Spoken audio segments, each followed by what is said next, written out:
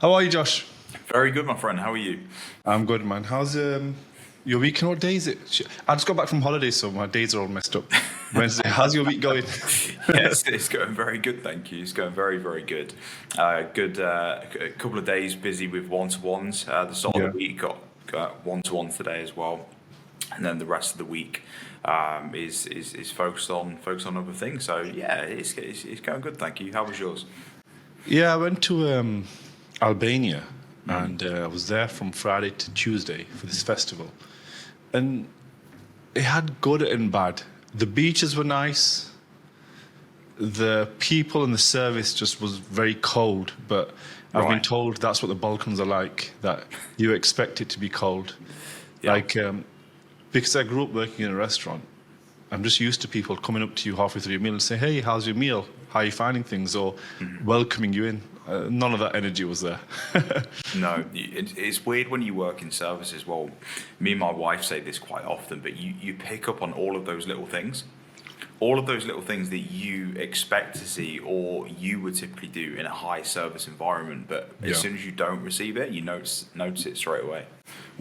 You know, I even have a business card which is to give out to potential people that I want working for me. So I actually have a few of these business cards that I just have it in my wallet. And when I go out and if I'm greeted with someone with amazing service, or I think this person is incredible, a superstar, I want to give them that card and say, "Hey, by the way, I have a sales company. If you're interested, you might not be working in sales right now, but I'd love to talk to you more about it," and give them that card. That's something that Yeah, I've done just for the last few months, and I like that. it's a good way to find talent, because if I see someone giving incredible service in a restaurant, it's usually a stepping stone job. Some people love it, but I find it as, like, because I did it myself for myself. If it's a stepping stone job, maybe the opportunity can find you. Yeah, yeah. It's something that I learned when I worked for David Lloyd back in the day. We had this like rule of five.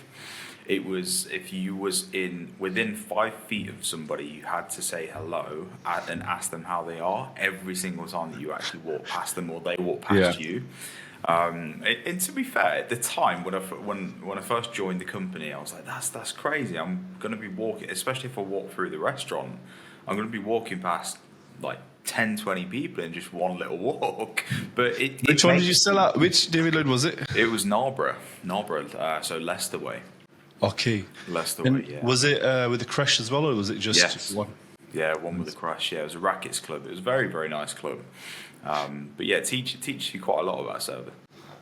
The rackets clubs were good, and then because those DL clubs, they ended up having good service as well, because just the training alone, that I think that you get a lot of the big, large gym chains, like like I have so much good to say about the training that I got at Virgin Active between 2015 to, let's say, 2021, that 6 year stint that I did there. I went from not understanding operations and company culture to truly understanding it. Yeah. But at the same time, I also found out all the things I hated. Yeah. I went from the transition of being employee to entrepreneur. And the biggest push was feeling controlled by someone. Correct. Do you know, if I told you this, I had a sales director once called me. So I was managing this gym in North London. And he said to me, I was managing one gym in North London, helping another gym across the road and towards Mill Hill. So I was supporting that sales manager as well. And the director called me and said, "Hey man, there's a gym in North West London, Swiss Cottage it was called. If you don't go there, you're not getting this next promotion whenever it comes up." And then I remember feeling absolutely distraught that someone's controlling me like that. Yeah. And I hated feeling like it felt like the walls are caving in on me. And I remember feeling suffocated by someone saying, "I have to change what I'm doing." Remember, Yeah. I built a sales team, trained a sales team, was involved in a culture, and then I was doing a lot of operational work. And after building this team, and you build a team to really get your commission. So you build, recruit, train a high-performing sales team, so then you can make commission and they can make commission. But then when they move you to another gym, you then have to start that process again, which means there's a massive dip in earnings. So it felt like someone's not only controlling my emotional state, my progression, but also my money. Yeah, yeah. And that was the tipping point for me to leave. But don't know if you did you feel any sort of control when you worked at like an employer? Yeah, absolutely. I had I was smiling when you were saying that. So I was in the sales department, Yeah. and the way that the sales department works in, yes, David Lloyd, and probably still does, like, it's probably still very similar now, and probably in a lot of corporate companies that are that big. But you're paid very, very little. So minimum wage is like your basic, and then you basically try and thrive off the commission that you actually get. Yeah. I don't know if they had this at Virgin, but in order to get your commission, so you had your sales target. Okay, so let's say it was 40 or 50 sales that you actually had to get. And at Marlborough, there were high ticket gym memberships as well. Yeah. So we're talking £150 a month, or like over £1,000 for like the year to actually join that club. Okay. So you have to hit your target in order to get any commission anyway. So that's hurdle number one. You have to hit that target. Okay. And then at the same time, every single set, let's say it was 40 sales, every single one of those 40 sales, you had a requirement of 5 to 10 different things on a checkbox list. And there was one month, and this is what I'm relating to what you're saying, where there was one box that wasn't checked. So I had 39 sales that were qualified actual sales, and I lost out on about £2,000 to £3,000 worth of commission that month, just because I didn't get a baby's photo. And it's the trap. To be honest with that a you, lot of them put you in. because I worked on the management side, and I used to manage salespeople to get all the information, I would see the other side of it. Because obviously, look, in your lens, is the business still getting paid on the sale that I've bought in? Correct, yes. But also, on the business side, is the LTV and the potential cancellation rate of that particular customer increased because you don't have the correct ID? And that is right as well. Yeah.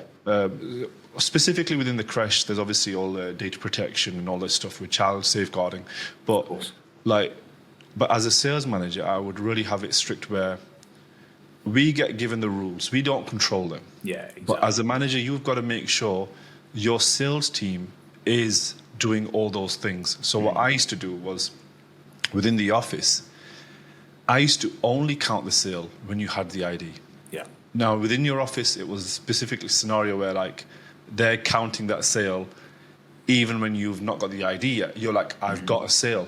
But if someone came into my office and said, I've got a sale, not got the 16-year-old's ID, not got the child ID, I would say, well, you don't have a sale yet.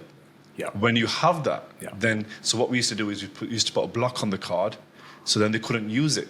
And then I used to schedule an appointment, say, your membership is actually not active. I used to tell the customer, your membership is not active until you give your ID. Yes.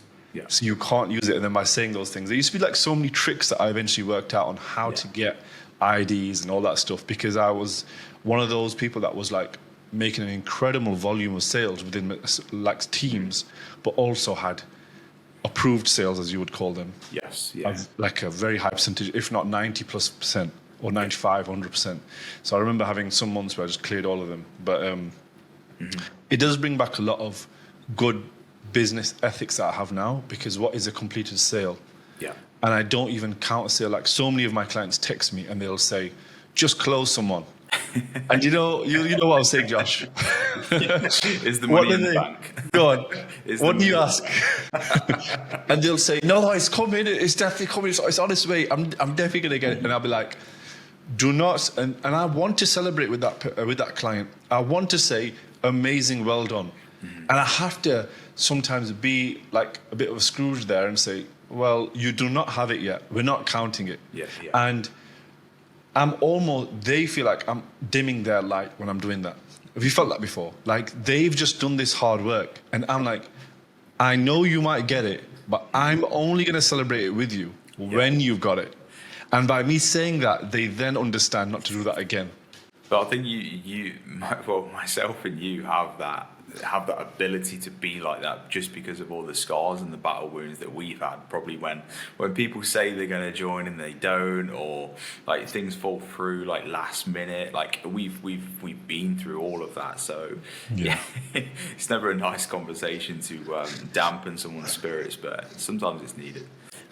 Yeah, it does bring me a lot of memories. Like even because I learned about the EOS model when I was working there, and the EOS model is a model of operating a company on how to get traction, how to run meetings, how to create scorecards for your staff, and that was a process that I learned there. But then I read the book Traction, and then I've been now I did the certification, so I want to start implementing that into multiple businesses. So our back-end offer now is where we'll work on sales, and when we fix a sales problem for a lot of large sales teams, we create the problem of operations. By fixing one problem, we create another problem, and the back-end offer is the problem that we create. So I fixed the sales problem on the front end with leadership, and then when that problem is fixed, they now need to operate as a bigger company. Then that is our back-end offer, the operations model. Makes sense. Well, you posted some client wins about AI, using some tools. I want to talk a bit about AI tools that you're using. I've been looking very deeply into AI tools. We've started implementing them into businesses, and now with businesses becoming a lot leaner with staff, and I call it trimming the fat. So what I did with a business recently was this business makes 4 million a year, and I got to look into their finances. We loaded all their staff and job descriptions, and then I said, what we're going to do in this session is we're going to mark with a highlighter every single thing that you and I think that we can replace with AI. We had 15 members of staff. And the socialists will hate this. Taking our jobs. Taking our jobs. These robots are taking our jobs. And 9 jobs we knew that we can completely give to AI, or if parts 50% AI. So we could actually tone down some roles and combine roles and use AI. And these are for larger businesses. And now I just want to talk about the tools that you've seen, and I can go into a bit of detail about the tools that we're implementing. And anyone listening to this, they can take all the knowledge here that they would probably pay a lot of money for, and because we charge our clients a lot of money, and I want to be able to just share that for free. So I want to be able to share that for free on this podcast with anyone that wants to start implementing AI, or anyone that has a smaller business and I can't afford to hire people. So I just want you to talk a bit about AI tools. Of course, absolutely. I think, like you mentioned, it's very bespoke to the individual, and I'm very new to AI as well, even though it's been on my radar for the past year, 18 months. I'm sure we've all been using it. But I very much personalize it to what that person's doing already. So similar to what you said, AI to me is something to work with you, not necessarily for you. So I don't believe it's fully effective unless you know what you're doing anyway. So what I do with certain businesses is I use AI to replace what they're already doing. And if they don't have the knowledge of that portion of their business already, then I don't necessarily recommend AI, because I believe they should have the knowledge first of how to actually do it. So for example, one of my clients recently is designing a new ebook. And you can get in the habit of every single time that you're doing a certain task manually, just Google AI for that certain tool. Just have a little Google, do a bit of research, because there's AI software for absolutely fucking everything these days. So this particular client was designing an ebook, and he'd started writing the whole thing. He knew what he wanted to get across, but he was struggling to write. So I said, well, put across like a brief paragraph, prompt ChatGPT, get across what you actually want to get out of the ebook, and write it on ChatGPT. So he did that. Okay, within 60 seconds, he'd got the copy of the ebook. He was like, right, now I need to design it. I went, well, take that copy and put it into a software called Designer. So that's designed with double R at the very, very end, designer.com. Okay, now that's created the ebook itself.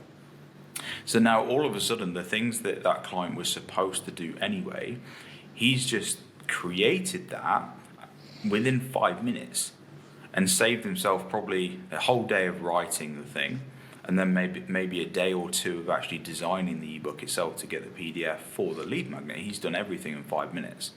So he's cut back a lot of time but those are the tasks that he was going to be doing anyway, and I think that's the key point. So, an example just there, but yeah, for me, it's very dependent on using AI. You need to be using it for things that you're doing anyway, and it's very dependent on your business and what's going to make you more efficient. Like what you've just said in regards to like looking at everything, and then you can cut everything using AI. Yeah.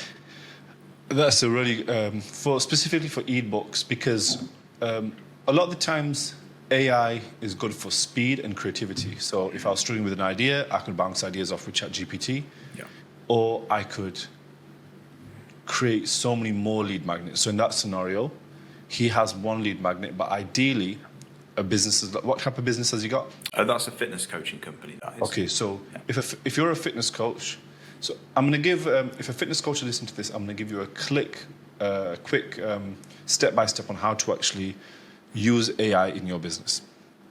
So you know that you got to make content, but you're struggling on what to make content about. So you want to make content about all of your problems that your prospects have. Therefore, you need to also provide value. How do you provide more value? You give lead magnets. The lead magnets that you're going to create is you're going to create 3 to 5 lead magnets and then create 15 to 30 reels based upon every single lead magnet.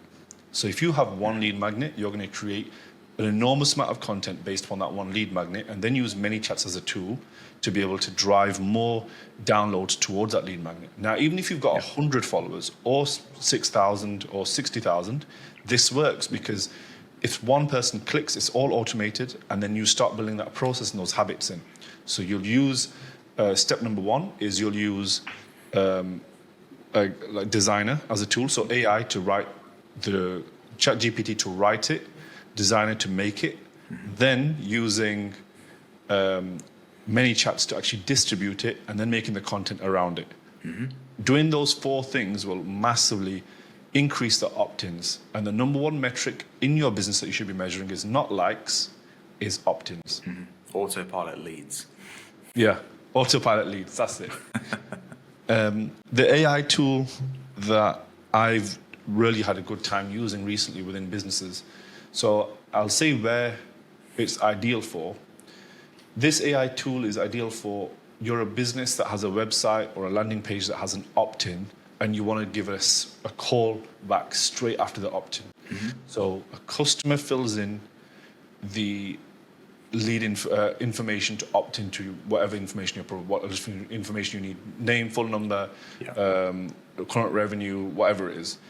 They fill that in. The AI tool Air, which you can also white label and resell yourself, but Air will allow you to create a bot that can sound like a human sounding voice and call someone back straight after that form is filled and say, hey, you just fill this form for this inquiry. Are you struggling with blank? Yes. Okay, great. Let me get you booked in. It's assumptive.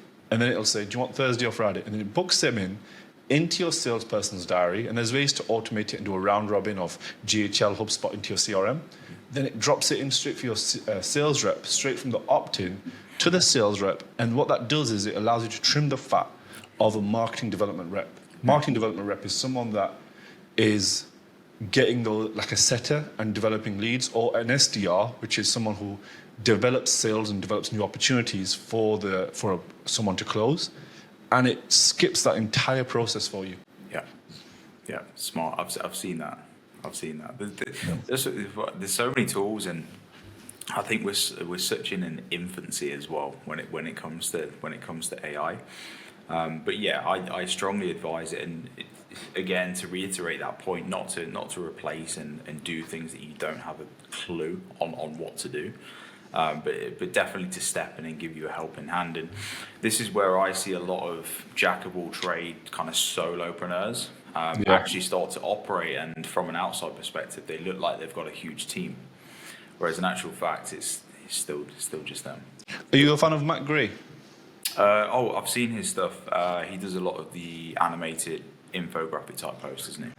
Yeah, and Matt Gray, in his course, he talks all about automating a business. Everything's all about automation. And looking through when you have constraints on what you can automate.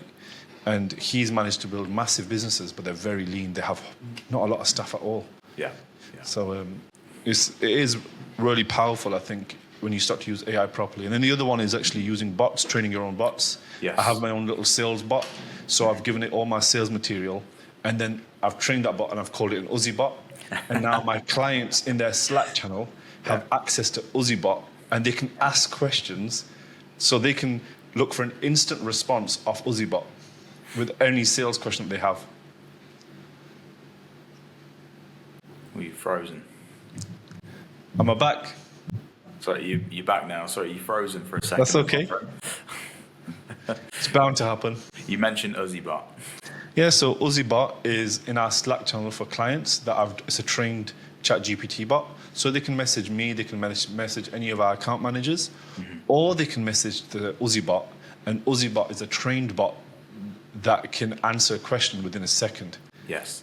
And it allows them to just constantly churn out information through my second brain.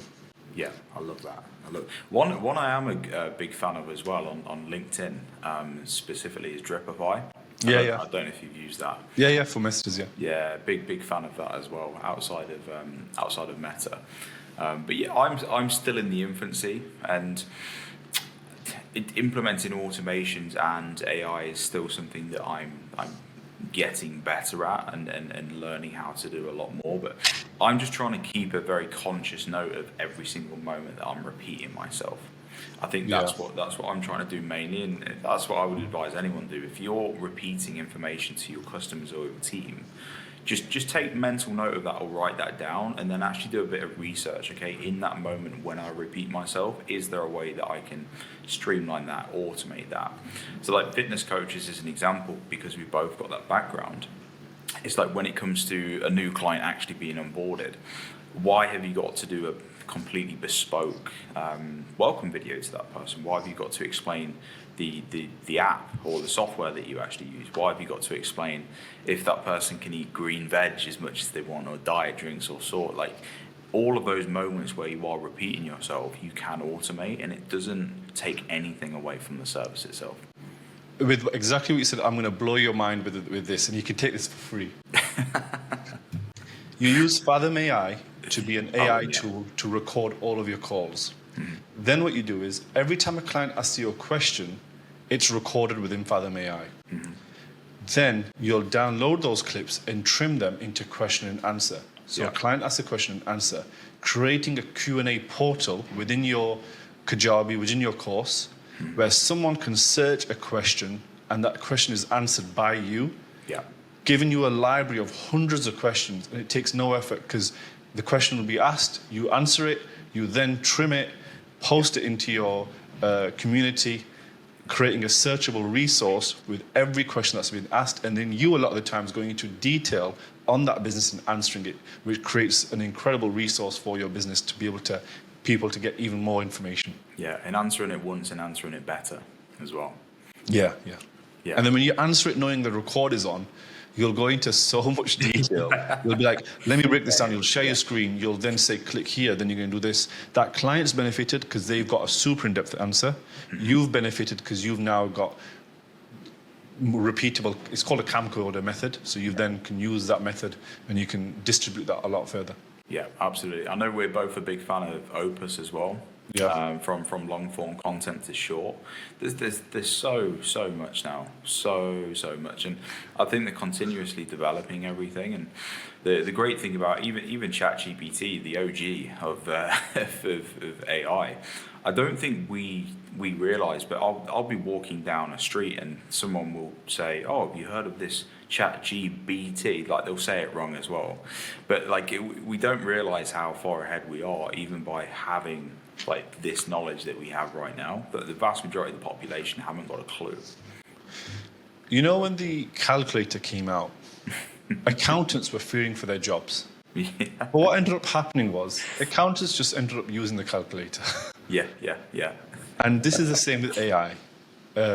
We thought when AI first was coming, we thought it'll be the blue-collar jobs that go. But it's actually been the creative jobs, copywriting, drawings, like images. Yeah. So the opposite has actually happened to what we thought would happen. We were thinking about all the blue collar jobs. Like my dad was working in a knife factory in the 70s. We thought those jobs would go first. Robotics has already taken over a lot of those jobs, a lot of the risk jobs as well. Because my dad used to burn his hand in the cast fire. Yeah. So that risk isn't there because there's a machine doing that now. Yeah. And we will just be using the tools better. Yeah. 100%. 100% agree with you. Yeah. What's your thoughts on like people going to Dubai, people going to other countries? Do you have a lot of coaches that have that goal? Because within fitness, like I've gone broader than fitness. We work with all information businesses now. But when you look at coaches and they say, right, I want to go to Dubai, I want to break down for people, how much money do you think you need to make to actually be comfortable in Dubai? Because what I think that number is far beyond what most people think there is. I personally think so. I've had this experience with clients where they have this aspiration, they have this goal, and to move countries, and I'd like go for it. I've done it myself. I've moved to Spain from the UK. I've done it myself and created a better life for me and my wife. Okay, my future family moving forward. But there is no set number. Now, what I actually do when I advise this is actually calculate your perfect day.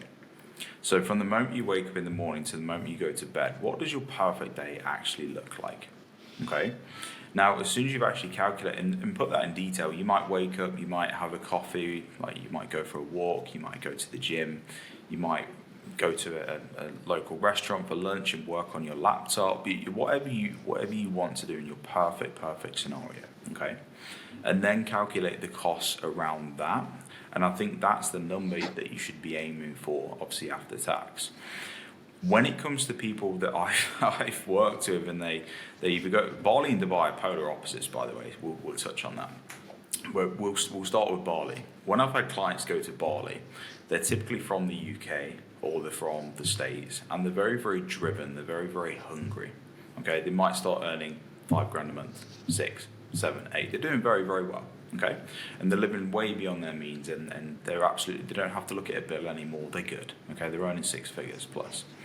The moment they go to Bali, as an example, and you've got a villa there for $1,000 a month, and then you eat out, and every meal's £2, £3, and everything becomes very, very cheap. What I personally find is, and that's amazing because your expenses aren't that high, but a lot of the people that actually go there, and I've witnessed, they lose every ounce of drive and motivation that they've ever had in their entire life. They give up, they quit, okay? And then everything goes backwards, and then they have to actually move back home or move back to their... From dream chaser to dream killer. Yes, yeah, exactly. Now, Dubai, I find, is the opposite way to that. I find that people are doing very well. They go to Dubai and they ignore what their perfect day was actually planned in their head when they was in their original country, and they get sucked in because everyone's trying to chase the top of the mountain, but there is no top of the mountain. There's always somebody with more money than you, always someone who's hungry than you. There's always someone with a nicer car than you, better life in your head that you actually think. So with Dubai, that I actually find, it's all about, okay, next, I'm not good enough, there's someone doing more than me, there's someone doing more, I need to keep going, I'm not satisfied, I'm not happy. And then they get in that rat race, and then they just end up spending every penny that they actually earn to try and keep up with that mindset. And then again, they have to move back. So Bali and Dubai for me are two completely polar opposites that result in them actually going to create that freedom and then having to come back home. You know, I went to Bali last year in May, and I went for about 7-8 weeks. When I went there, I thought, I'm going to go there, I'm going to meet fitness people, I'm going to meet influencers. I was thinking like networking. When I got there, it was the most demotivated people I've ever met. It was people who were like, I'm going to focus more on guys, because I think a lot of girls I spoke to there are like, hey, I'm here to heal my trauma. Well, when you go back home, the trauma's still going to be there. It's just escaping. So I'm going to focus more on the guys. Mm-hmm. The guys that I spoke to there, they were showing a lifestyle that they do not live. if you're in the UK and you look at Bali from the outside perspective, you're looking at, hey, this lifestyle looks amazing. The beaches look nice, the nightclubs, the gyms. You know what's actually there? Disgusting traffic.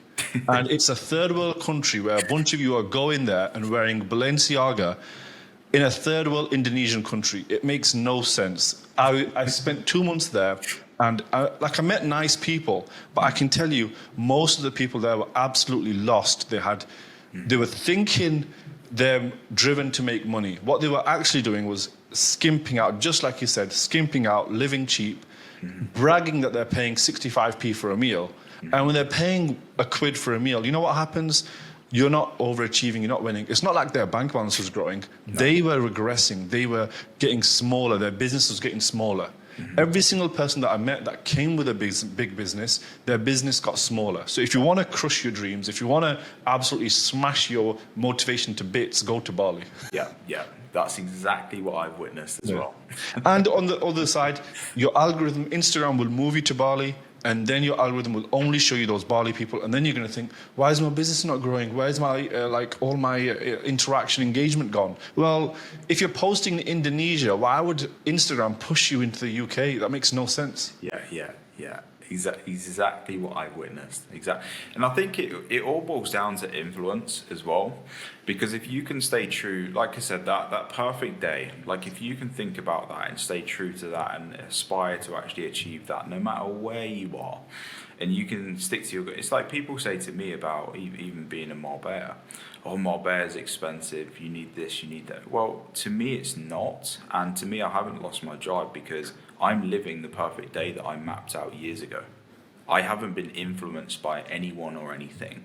I'm living the life that I want to live, and I've still got the drive that I had originally because I'm staying true to me. And, I think the influence in those locations with those types of people is people get sucked in very, very easily, and they're very weak to get sucked into it as well. You know, I used to be super embarrassed and a bit shameful to say this, but I'll share it with you.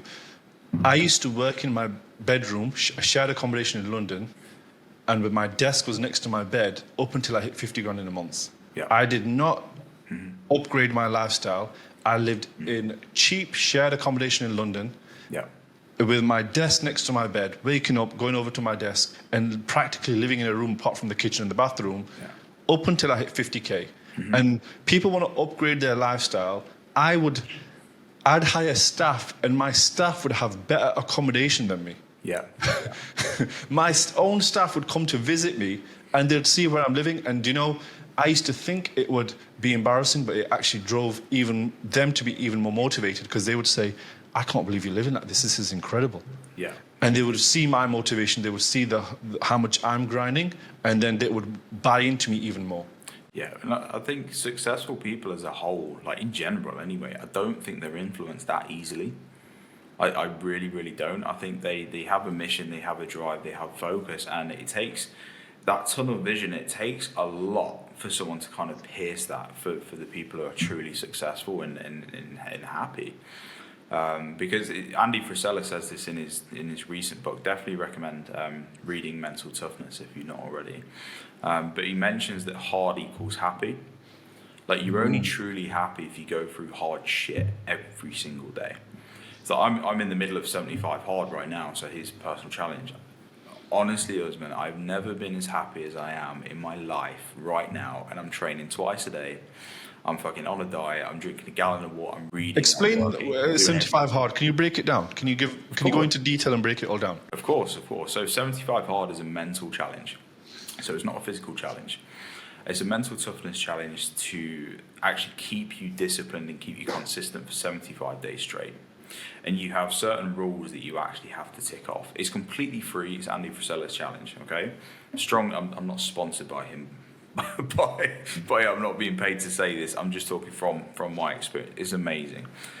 So what you have to do is you have to tick off certain components every single day. So there's a task list, and if you miss one thing, you have to start the whole thing again. So it allows you to be very, very time conscious and plan ahead. It allows you to be fucking on it with absolutely everything. And the tasks that are actually on there, so first one is you have to do a gym workout for 45 minutes every day. The second one, you have to do an outdoor workout every day. That could be a swim, could be a run, could be a ruck. No rest days. Nope, no rest days. No, nothing, not allowed. A gallon of water, 10 pages of a book every single day that you actually have to do. And you have to upload a progress photo, and then you have to stick to a diet, your choice, and no alcohol for 75 days straight. And it's honestly... What day are you on? I'm day 20. Day 20, and I'm feeling fucking phenomenal. Absolutely. My body's hurt. I'm not going to lie, it is hard. Obviously, that's the name of the challenge. But I'm 4.8 kilos down. I'm fucking clear. I'm focused. I'm driven. I've never been so happy in my life, and my body feels like it's been hit by a truck. But I feel great. I feel great. And like, do you have a plan to like, what things are you going to be carrying on after? Is it like even worth you carrying anything on after, or is it just absolutely? Yeah. So afterwards, it's actually a continuous program called Live Hard. So that's like the next. Okay, sick. There's a back end offer to the program. There's a back. It's all free though. There's no upsells. But yeah. So yeah, you go into 3 phases after 75 hard, and the Live Hard program lasts for 12 months. So phase 1, after you've completed 75 hard, can be done at any point within the remaining days of the year. And essentially it's 75 hard plus there's 5 other things, I believe there is, that you've got to then do every single day on top that you've actually got to do. And then you have a break, so that lasts for 30 days, phase 1. You then have a break for however long that you want to. And then you go back into a further 30 days, which is classed as phase 2. And then that is a repeat of 75 hard, but you're just doing it for 30 days. Because you've got those breaks in between to show, to actually prove to yourself if you've created those habits or not. I think that's the whole purpose of it. And then your final phase, so phase 3, is to be completed in the final 30 days of the year from when you first started 75 hard, okay? So you do 75 hard, and then you have 3 sections of 30 days each time. But as long as the final phase is done within from month 11 to month 12, and the 2 phases in the middle can be done at any point, the key thing is it's the on and off of those disciplines to make sure that you are keeping those habits. And the main like lessons that you picked up from there, do you think it's more like routine and just planning ahead? Is that the main thing that you now just, do you look at your entire diary for the week? Yeah, I think you realise how much time you actually have when you have to factor in those additional things on top of everything that you're doing. And then, I mean, we've all heard that objection and that excuse that I'm busy. Everyone's busy. But then you add this in on top of everything that you're actually doing, and then you realise, well, hang on. Cover that objection. We're going to cover that objection on this call. Yeah. Well, you plan in, because all of a sudden I've gone from 3 or 4 workouts a week to 14. Yeah. Like, think about that. And when people say that they don't have time, as an example. But I find that I'm way more productive when I have more in the diary. Way more. And, just to focus on that objection, the objection, I am busy right now. Realistically, if you think about it, they booked that call knowing how busy they were, but after speaking to you, now they're busy. What did you say that was so wrong? What did you say? Because you can say the right things or you can say the wrong things. And you clearly said something wrong for them to say, hey, I'm really busy. Because for them to book a call, have the intention to buy, and then say, yeah, I'm too busy to be honest, bye. Imagine walking to a shop, about to buy a chocolate bar, and then saying, you know what, I'm not that hungry. I don't want chocolate. Bye. Yeah. Exactly. It's like imagine your child's got sports day and you're supposed to be there for the parent race, and you drop your kid off at school and then turn around at the gates and go home because you're too busy. It's the same thing. It's Absolutely mental. And with that objection, if you do get that objection with like, hey, I'm really busy right now, I can do it later, all you gotta say is, so do you know this will take you 1 hour a week or 2 hours a week? Well, actually, rather than getting that objection, I'd rather focus on you handling the obstacle. And the obstacle, as you know, is something that you handle before the objection. And how I tackle that busy issue is this will take between 1 to 3 hours of your time every week. Do you have that available? Yes, great. Now I can never get that busy objection. Yeah, yeah. Because very early on, I've told them how much time I need from them, and then I'll provide the solution based upon how much time that it's going to take them. Yeah. And if they have no time and the means to pay, then they can do a done for you system, or they have multiple options.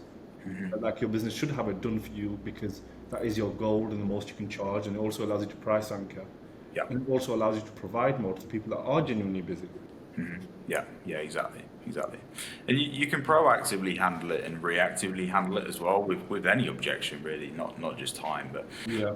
I always find that if you have an objection that comes up regularly, then I would start to either look at your sales pitch itself or start to proactively handle it like earlier on in the call, so it doesn't come up, because you know it's going to come up. But again, it's with anything. It's analyzing, it's tweaking, it's improving everything that you do.